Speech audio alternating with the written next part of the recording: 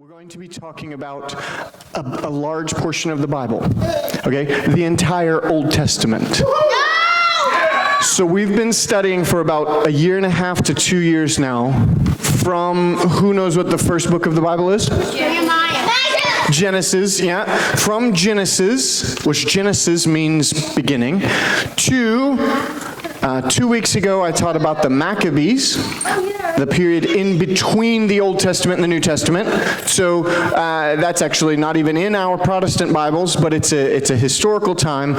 So we've been talking about from Genesis, which starts off, who knows the first line or the first verse of the book of Genesis? Noah, do you know what it is? No, that's the first line of the book of John in the back. Okay, you had all of it right until you said was the word. Macy. In the beginning, God created the heavens and the earth. All right, that's the first verse of the Bible. Okay, and that's where we started. I don't know what it was, a couple years ago. How many of you have been with us all the way from when we started Genesis this time around until we've gotten here? A good portion of you. That's fantastic. You guys have had access to something that most of us didn't have as children, which is a detailed look at most of the Bible. Okay, and we've done the entire Old Testament at this point, which is phenomenal. Fantastic. Actually, let's go ahead and give yourselves a round of applause. You've endured. Great job. All right. How many of you remember something really important about the Old Testament? How many of you would say you remember from all of these lessons that you've been through something that you felt like was really important to you? Anybody? Bailey does. Fantastic. Anybody else? Matthew, good. Okay, so some of you remember that there are some important things that we learned in the Old Testament. How many of you remember like some historical things that we learned in the Old Testament? Okay, more of you. And how many of you remember something kind of interesting that we learned? All right, quite a few. How about, does anybody in here remember what kind of animal it is that talked to a prophet?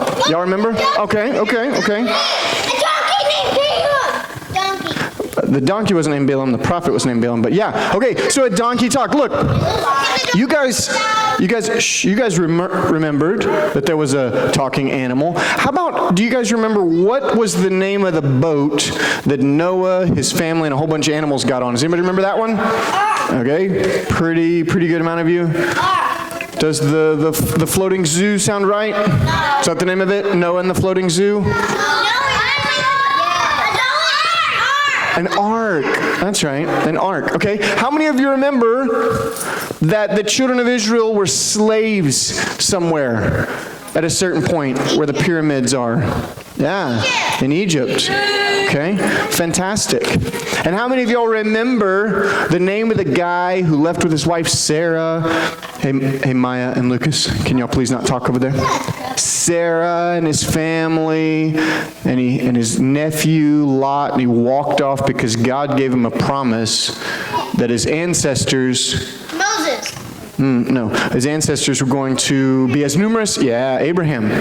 Okay, so there's some important parts. How about, do you guys remember who the king was that God said, you're doing such a great job, I'm going to give you one wish, and I'll give you whatever desire it is that you have in your heart. Y'all remember? And he requested wisdom. Do y'all remember who that was? Yeah, Shlomo. Does that sound right? Shlomo is how the Hebrews pronounce Solomon. Okay? So yeah, Solomon, King Solomon, right? And y'all remember all of the prophets, major and minor prophets. No, he wasn't a bad guy. Solomon was a good guy. Y'all remember the name of the 3 guys that got thrown into a furnace? Hey, Gabe Lau. Slide over here, please, to this side of the row. Come on down here. Thanks very much. Okay, Shadrach, Meshach, and Abednego, they got thrown in a fire. Do y'all remember the prophet's name that got thrown into a lion's den? Daniel. All right, so listen. We've learned a lot of really important stuff, a lot of really neat stuff, a lot of cool stuff. Hey, Bailey, Gabriella, can you put your tokens in your pockets, please, till after service? Thanks very much. All right. So we've learned a lot of cool stuff. Some of it is super important. Some of it is history that's good to know, because there's a saying that says those who don't know history are bound to repeat its mistakes.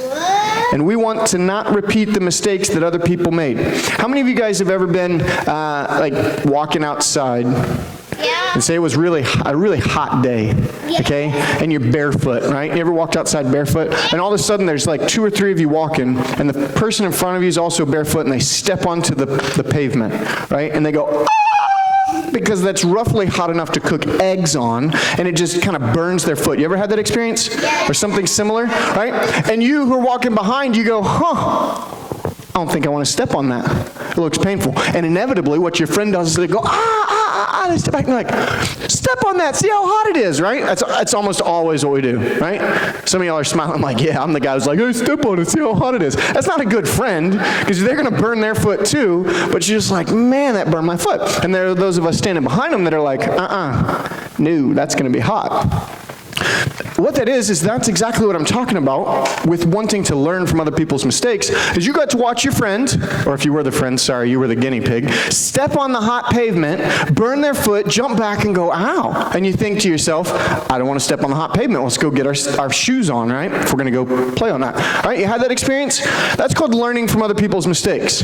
And then there's some of you in here, because in a group this big, I just know that you exist in enough numbers that there's somebody in here that goes, nah, I don't believe that it's actually hot. Yeah, they burn their foot, but I'm not going to burn my foot because I'm tough, right? And you go, you have to step back because it actually is hot and you burnt your foot, right? So some of you in here, y'all want to learn by experience, and that's really good. Those of you experienced learners are very valuable to the rest of us who are not going to do that. Because we're going to sit here and I'm going to go, I bet that pavement's hot, even if I haven't stepped on it yet. And I need you guys to go, oh, look, it's hot. All right? We learn differently, but the important thing is that we're learning. We want to know the history that the children of Israel, the mistakes that they made and the things that they did successfully, because we want to be able to avoid their mistakes and repeat their successes. Right? So why in the world is that important? How many of you in here expect that at some point in your life, God's going to call you and your wife or husband to leave your home, wander across the world to go start a nation that he wants to create in the Middle East? I'm going to go ahead and say none of you. He's already done that, right? So you're not likely to imitate Abraham. How many of you expect that when you're born, your mom's going to put you in a little basket, set you afloat in the reeds on the Nile River? Yeah. Well, that's not exactly available because you've already been born, and as far as I know, none of you were floating on the Nile River, right? So you're not likely to live like Moses. I was. How many of you expect that at some point the king of Babylon, which doesn't exist anymore, is going to throw you into a lion's den because you won't worship him? Any of you expect that that's going to happen to you? No, because Babylon does not. No, so Babylon doesn't exist anymore, and mostly people don't chuck people into lion's dens as a punishment. Yeah. But let me ask it this way. How many of you think that at some point in your life, God's going to call you to do something very uncomfortable, and you're going to need to set down everything that's familiar to you and go and follow him?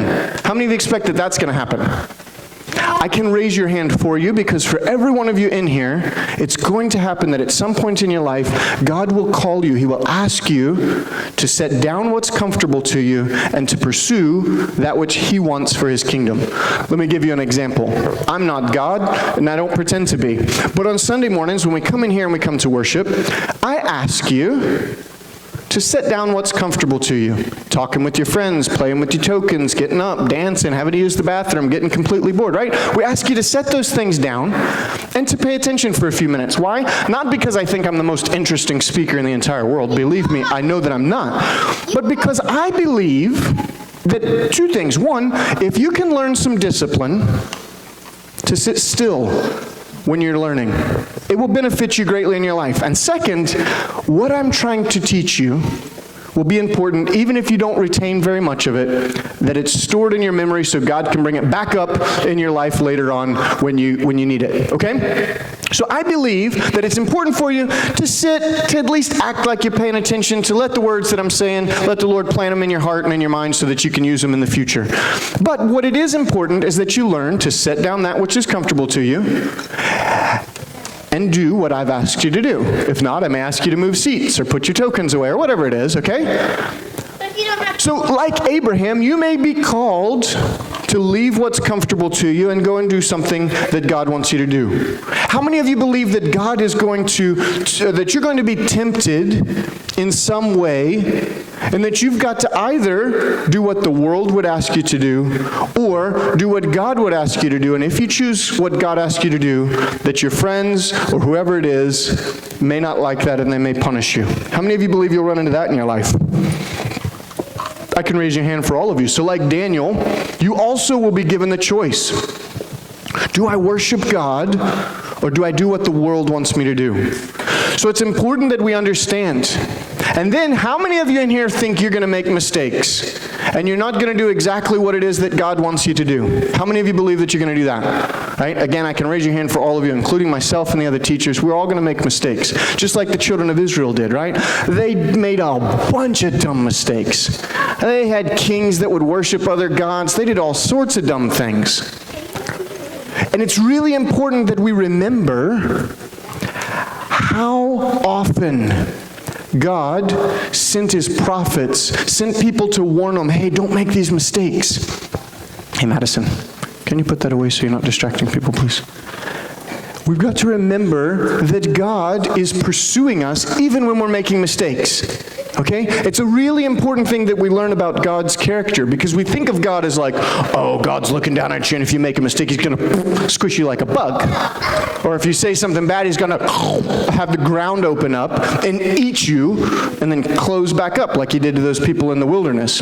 You did? We think, yeah, that happened. We think of God like that he's going to discipline or punish if we do something wrong. And what we don't think about is how often God is coming along asking you to come back to him, asking you to serve him, giving you opportunities to stop pursuing that which is bad.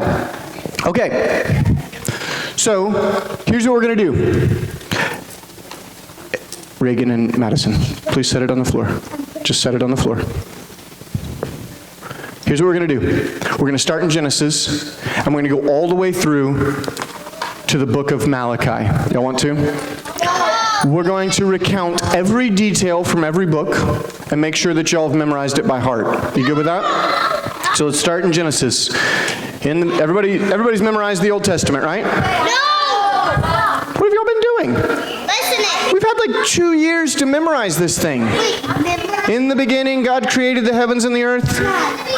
Now the earth was formless. The darkness covered the... I was here 1 year. Come on, you haven't memorized this whole thing? Wait till we get to Leviticus and all the rules and regulations. It's so much fun. All right, so here's what we're going to do. We're going to stay here until we can memorize the entire book of Genesis.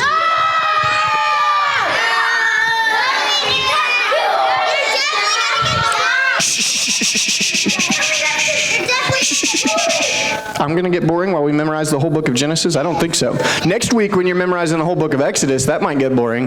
But this week, we got things like Joseph and his coat of many colors getting sold into slavery by his brothers. There's all sorts of fun stuff this week. The memorization is going to be a ton of fun. Okay. All right, listen up. We're not actually going to do that. But here's what we're going to do. Next week, all right, y'all focus for a second. Next week, we start the New Testament. And the New Testament begins with this event. Seems fairly simple. We celebrate it once a year at the end of December. Christmas, yeah. Which Christmas is actually a celebration of the birth of Christ. Right? Yeah. And what's going to happen next week, we're going to start talking about initially a fairly insignificant event in the history of the world. Another kid was born. Just another baby, another Hebrew baby, born in Bethlehem. Some kind of crazy circumstances surrounding it if you believe what's written. But what it does is it starts God's plan for redemption. What I'm going to do today is I'm going to take the next few minutes and I'm going to walk through how through the entire Old Testament, God has been planning for this one event. All right? You guys remember in Genesis when we start out, God creates the heavens, the earth, the stars, the sun, the planets, gets everything rotating, gets day and night, creates two lights, one to govern the day, one to govern the night, the sun, the moon. Here we go. We're getting everything started, right? Yeah. Then God does this cool thing where he starts making living things that are living and breathing on the earth. He starts making animals, fish that swim in the sea, birds that fly in the air, animals crawling on the ground, in the ground. We got worms, elephants, dinosaurs? Yeah! Question mark? Whatever it is that he created, he creates them, he puts them on the earth, and he sets the thing in motion. Zzz, gets it spinning. So now here we are, still spinning. Then, God says, when he wanted to create birds and beasts, he spoke to the earth. When he wanted to create trees, he spoke to the earth and said, now, come on, come on. When he wanted to create humans, he talked to himself. He said, now, let's make man in our own image. If you pull a tree out of the ground, it dies. Take a fish out of the water, it dies. Take a bird out of the air, It died. it dies. If you take us away from God, we die. And that's what happens. He says to Adam and Eve, here's this beautiful garden. All right, we talk about gardens for most of you. If you understand gardens like me, as it was like that place where our tomatoes and cucumbers grow that I have to spend hours in the hot sun pulling weeds. Right? Different kind of garden in the Garden of Eden is more like imagine, have any of you guys ever been to like this beautiful like botanical garden where there's all these beautiful flowers and trees and stuff and you walk through and you're like, wow. That's more like what the Garden of Eden was like. And they got to live there. And it seems amazing. And they were getting to live there. They eat the food. And it said that God would come and he would walk along with them.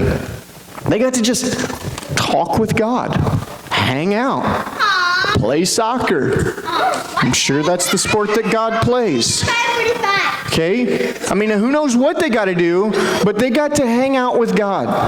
Adam and Eve in the garden, living in what appears to be kind of a cool sleepover. I don't know. Yeah, it's like you have a birthday party all the time. And God was just there talking with them. The point is that they were close with God. But something was incomplete. Something was immature in Adam and Eve. Because when along came this slithery serpent, snake of a Dummy head. enemy, he came along and he convinced them. He said, listen, it will be better for you if you become like God. Yeah, this is cool, this garden, all this stuff you get to eat and do. But imagine if you eat this one fruit, you'll actually be like God. He did lie in a certain way. What he didn't tell them is that you're going to think you're like God. You won't actually be like God. You're just going to take on to yourself a lot of the things that God should be doing. Yeah, he was lying. But the thing is, the enemy's going to come to you, not in the form of a talking snake. I've never seen that. I hope that doesn't happen to you. If it does, please understand, it's probably not God. You don't raise your hand. But the enemy's going to come to you and he's going to try and deceive you as well. He's going to try and talk to you. He's going to try and say, hey, remember when God said it like this? It's not that important. It's really not that big of a deal. And in fact, if you do it this other way, you'll be like God. And that's what you want, right? You want to be like God. God created all this. He created you. You want to be like him. Let's do it. The enemy's going to come along to you, and he's going to try and speak lies. Hey, Bailey, can you slide down one seat, please? Thanks. The enemy's going to come along to you, and he's going to try and get to you. He's going to try and convince you that you need to do something other than what God wants you to do. And you're going to have to be more mature than Adam and Eve were, which is difficult. How many of you guys have ever walked with God on a cool morning out in your yard? You just kind of sit there, maybe you link arms, you chit-chat about how your day was, ask him if he's done any TikToks recently. He doesn't do TikTok. challenge him to a game of Mario Kart, whatever it is you do with God in the mornings. Any of y'all had that experience? Okay, so you have not got to do what Adam and Eve got to do, which was walk along with God. Why do you feel like that when the enemy comes to tempt you or try and deceive you, that you'll be able to resist him when Adam and Eve couldn't? No. There's a really important thing that's happened that's given us the ability to resist where Adam and Eve didn't have the strength. That's called maturity, but specifically in a word, it's called Jesus. Okay? Because what Adam and Eve had is they got to walk along beside God in the Garden of Eden, right? They got to walk along and talk with him. So he was there. What we have that they didn't have, we have Christ in our hearts. We've accepted Christ as Christians, and he's come to live inside of us. So now we have part of God inside of us. So now we don't have to sit there and walk along with God and ask him, challenge him to a Mario Kart game or ask him what he's been doing recently, because we have him inside of us and we have him available to us at all times of the day, not just in the cool of the morning, as Genesis said. This point that God wanted to get to happened before the earth was formed in Genesis. When you start in the book of John, it says, in the beginning was the Word, and the Word was with God. So remember, in the beginning is how Genesis starts. So when Genesis starts, was the Word was with God. So which means when God turned and said, let's make man in our own image, that's who he's talking to, is the Word. It says, and the Word was God, proving that they're one. And then the Word became man. He's talking about Jesus, okay? So when God started in Genesis, created this beautiful garden, Jesus already existed. He did? And what the entire Old Testament is pointing to, is lining up the sequence of events to get us to this amazing, wonderful, beautiful moment, which is called the life, death, burial, and resurrection of Jesus Christ. Everything up to this point that we've been studying in the Old Testament, everything that you've been learning, has been pointing to Jesus. All right? None of it makes any difference if not for Jesus. It does not matter that Daniel got thrown in a lion's den and didn't get eaten. That's cool. Great story. You know where Daniel is? He's dead. No. He died a lot of years ago. A lot of years ago he died. He survived the lions, but he died of something. He's a skeleton. Do you know where Shadrach, Meshach, and Abednego are? They're dead. They died. They didn't get burned up by a fire, but they died. You know where Abraham is? Sarah, Moses, all of them? Heaven. They're dead. So everyone's dead? All of them died. Everybody we've been learning about in these stories, they're all dead. Physically, they're dead. Not the They're dead but not dead. The reason that it's important that they did what they did is because Christ was coming to raise the dead to life with him. Now, when we die, we get to go to heaven. Okay? And that's an amazing thing. Whether we get eaten by lions or not, because believe me, Daniel survived the lions. Hundreds of people have been eaten by lions because they were following God. That was one of the ways that they got killed. Read the book of Hebrews. We'll get there in a few weeks, months. So from the beginning, God has been pointing towards Jesus with everything we've been learning. Let me give you an example. This morning, when you got up, you started thinking about, oh man, I can't wait for, and pretty much exclusively I can guess the one thing you can't wait for, and that's lunch after church. Yeah. I don't know where y'all go to eat lunch.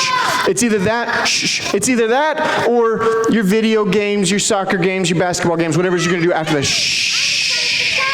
So, when you guys got up in the morning, what you didn't think about was, oh man, I cannot wait for Mr. David to get up and tell his joke this morning. That is what my life on Sundays is about. Without that, I won't be happy, right? I'm not going to ask you to raise your hands because I know there's enough of you in here. I see you raise your hands for all sorts of crazy things that I'm not going to believe you. None of you woke up this morning and thought, I can't wait to hear Mr. David's joke.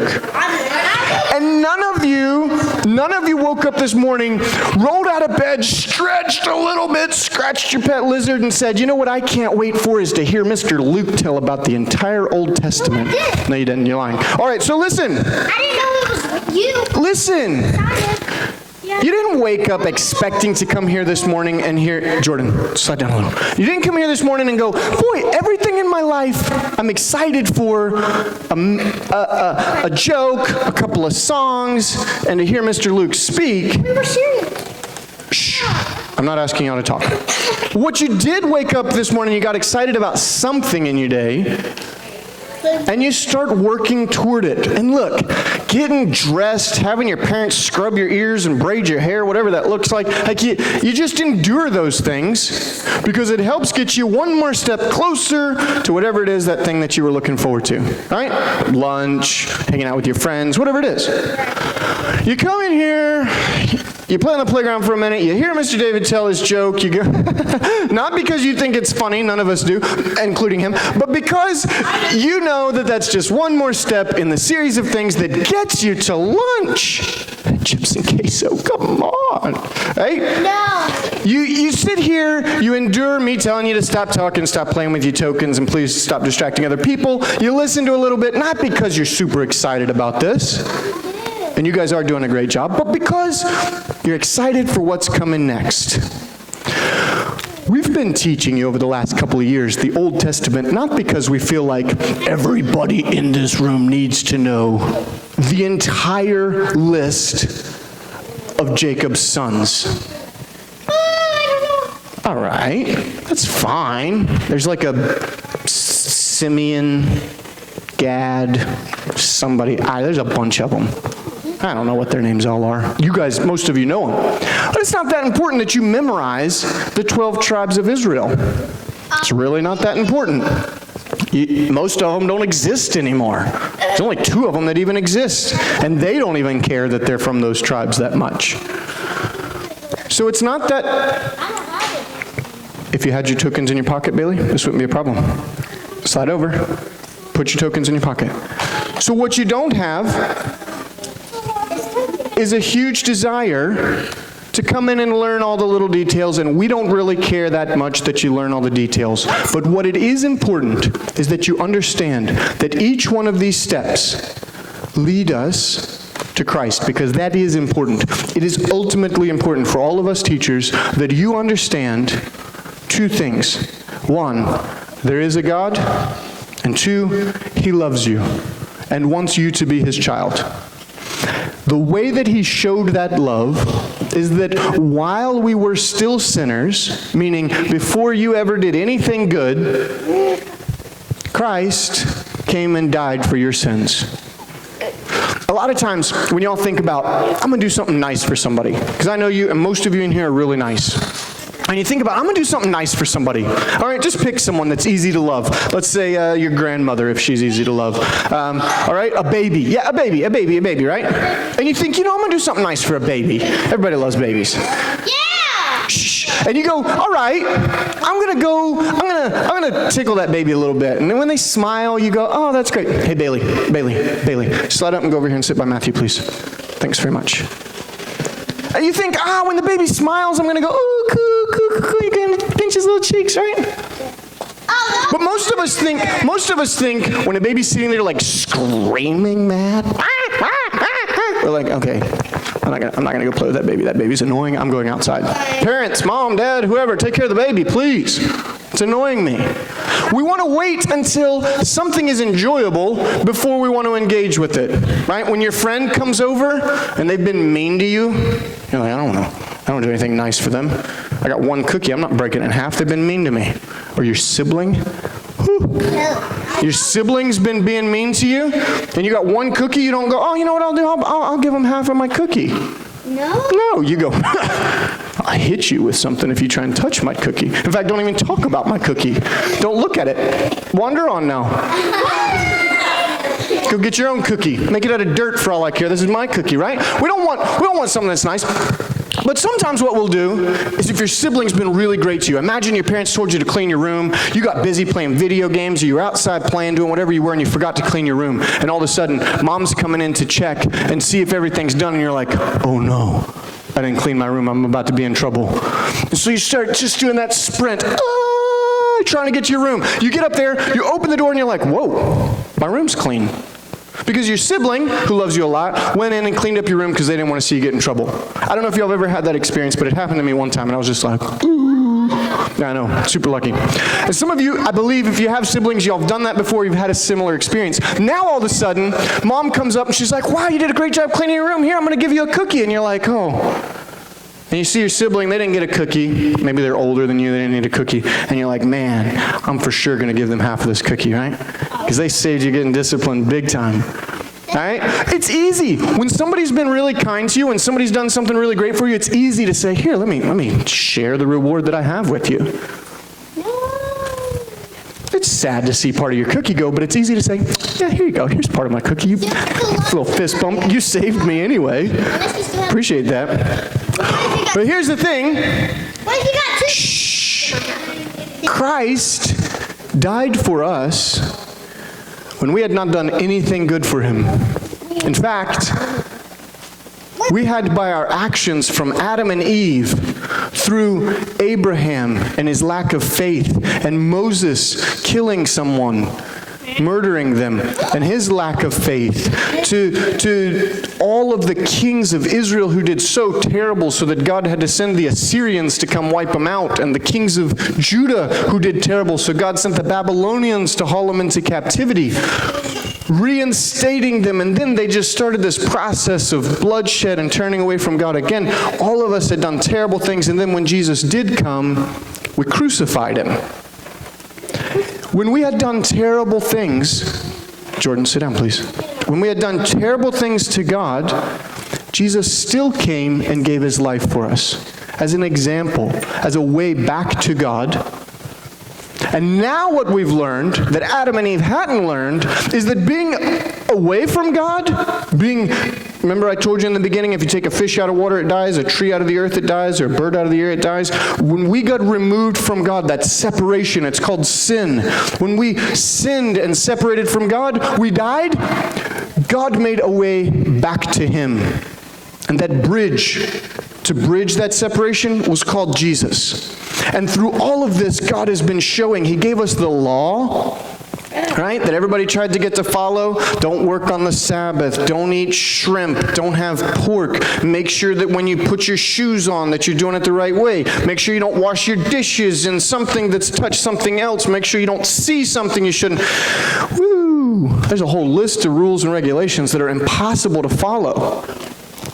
But the law was good. All of those things point at and reflect the character of God. But he gave them to us so that we could know emphatically. And what you know, what I know, is that now that we've had this period of separation from God, we hate it. In that separation from God exists all sorts of... Any of y'all ever stepped on thorns before? Yes. Any of you ever been stung by a bee or a mosquito? Yes. Any of you ever got sunburnt? Yes. Any of you ever had to eat something that was terrible, like Brussels sprouts? Any of you ever experienced sickness? Yes. You ever been sick before? Your stomach hurts, your head hurts, My stomach hurt growing up. broken a bone?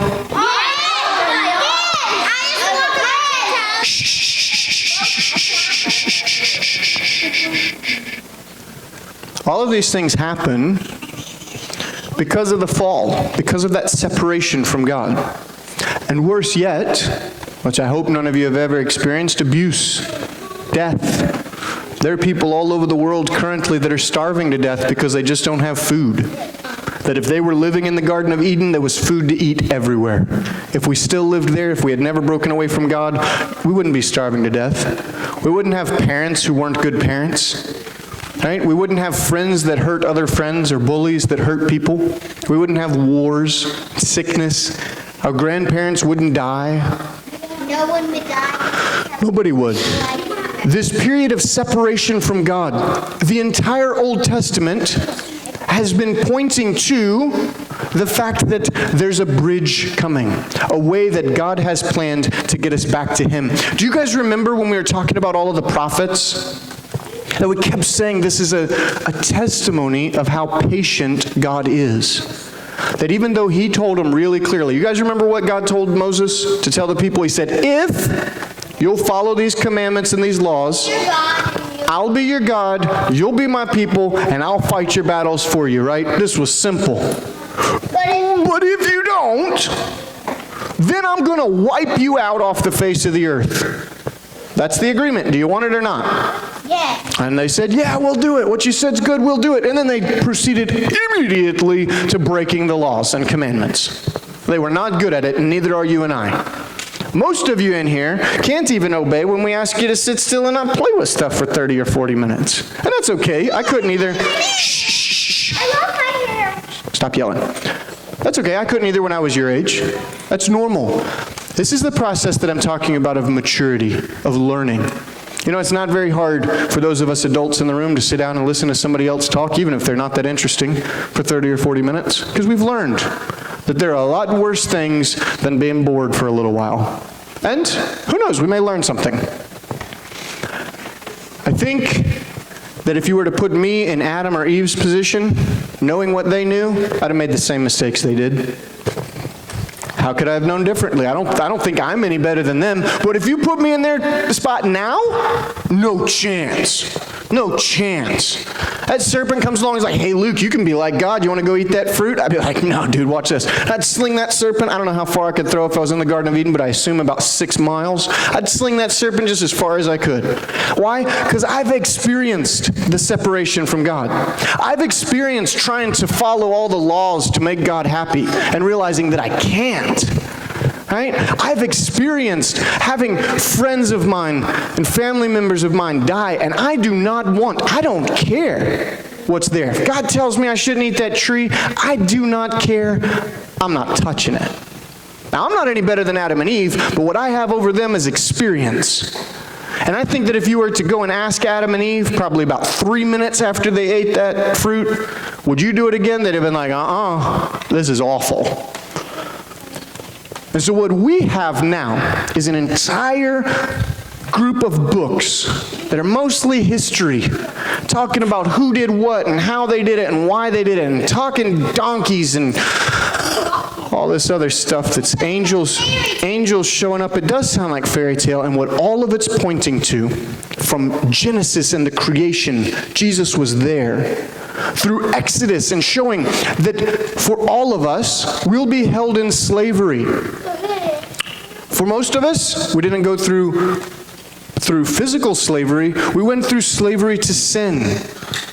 And that God is going to liberate us from that, just like Moses led the children out of Israel. And then God's going to show us, like He did in the law and in the way that He interacted with the children of Israel, He's going to show us how much He loves us, and He's going to change our behavior. Before we were saved, we used to do things like lie and cheat and steal and hurt other people. Now that we've been delivered from that slavery, He's going to change the way that we act, just like He started changing the way that the Israelites acted with the law. He's going to bring us leaders like the judges who will come in and help steer us in the directions, who will be able to say, stop doing that immediately. Who will be able to be champions of God for us, like the different judges were. He's going to bring into our lives different people who will impact us, like Joshua and Ruth and Samuel. We're going to go through these periods where we think of ourselves higher than we ought to, like the kings did. We're going to think of ourselves, we ought to be in charge. I'm doing pretty good. I've learned a lot of the Bible. I can do the token challenges. I'm doing good. I ought to be king, not God. I'm going to go through this process at times where we get higher than we ought to. We start thinking of ourselves more than we should. We start taking authority that should be God's. And He, in His mercy, is going to send prophets to us to say, stop doing that. That's my job. That's my spot to be in. He's going to say, if you don't stop doing that, I'm going to need to humble you. Because you're saying you're a Christian, but you're not acting like one. And God's going to send people to you. Truth be told, you're going to be the people that God sends to others who are acting inappropriately, who are using the authority that we've been given through Christ for our own gain like the kings did. And then God in His mercy is going to send forces, whatever that looks like. Harley, don't scratch the chairs. He's going to send forces that will come in and that will discipline you. Most of us, that looks like our parents, our guardians, our grandparents, whatever it is. And if you've been disciplined by your parents, understand, I hope that you do not have abusive parents. Discipline is from the Lord because He wants for us to learn that it is not good to live in that separation from Him. All right? We want to be in union with God. And we're going to experience, like the children of Israel did when they got hauled off by the Assyrians, we're going to experience some of the behavior that we have needs to be destroyed, needs to be hauled off. And we're going to experience, like the children of Judah, that sometimes God needs to remove us from the situation that we're in and put us in captivity for a little while because we need to reset, we need to relearn. All right? There are times for some of you that you may be asked, please get up where you're at and go sit somewhere else because you're not doing well. It's not because we don't love you, it's because we do. And we love the people around you. And we want for everyone to understand that it's important that we're pursuing God. And so you get moved, set for a little while, and then you get to rejoin your friends, and that's awesome.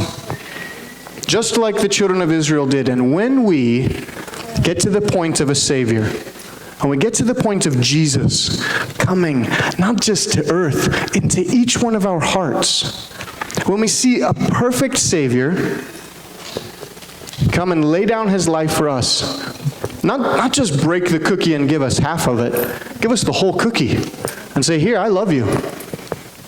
We didn't go clean His room for Him.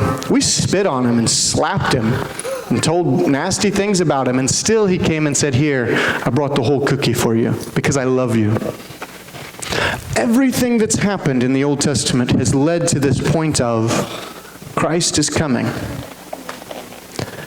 We talked about a couple weeks ago and several other times that in history, God was aligning things to be perfect so that when Christ did come, already He had spread throughout the world descendants of the northern tribes of Israel who knew the name of God, who knew His ways. He had protected His people, His word, His law, so that there would be a people for Jesus to come and minister to. He had brought the Greeks in to give everybody the same language, and then He brought the Romans in to make it where His disciples and apostles could travel around all of the known world to spread the gospel. And in this moment that He had planned from before the time that He spoke to the darkness and created the earth, He had planned for this one thing. And that is that the God of the universe, who with a word can create an entire world, had planned to come and lay down His life to be brutally killed so that we could experience a rejoining with Him. Right? So that we could learn that to be separated from Him was terrible. That to be joined with Him, no matter what other options exist out there, is the best thing that could possibly happen. We're going to have some time of worship here. Well, this is going to conclude the Old Testament. From now on, we're going to be talking about the New Testament. And we'll point back to how things connected from the Old Testament to the New Testament, but we're about to talk about a whole new relationship with God. Next week, we're going to start on the fact that you and I can now talk to God, not just in the cool of the morning like Adam and Eve did, not just every now and then when He sends an angel to come talk to us like He did to Abraham and Moses and them. We can talk with Him all day, every day, and not just talk with Him. We can be Him. We can be. He lives inside of us, so we can learn to be like Him. And it's an incredible opportunity that nobody in the Old Testament had. Nobody, not for all of their heroics. They all would have traded what they have for what you have, which is the opportunity to be one with God. So here's what we're going to do. If there are any of you in here this morning that have not given your life to God, that are still trying to live on your own, and you still think that you're doing the best, and you want to give your life to Christ, this morning is the best time in the world to do so.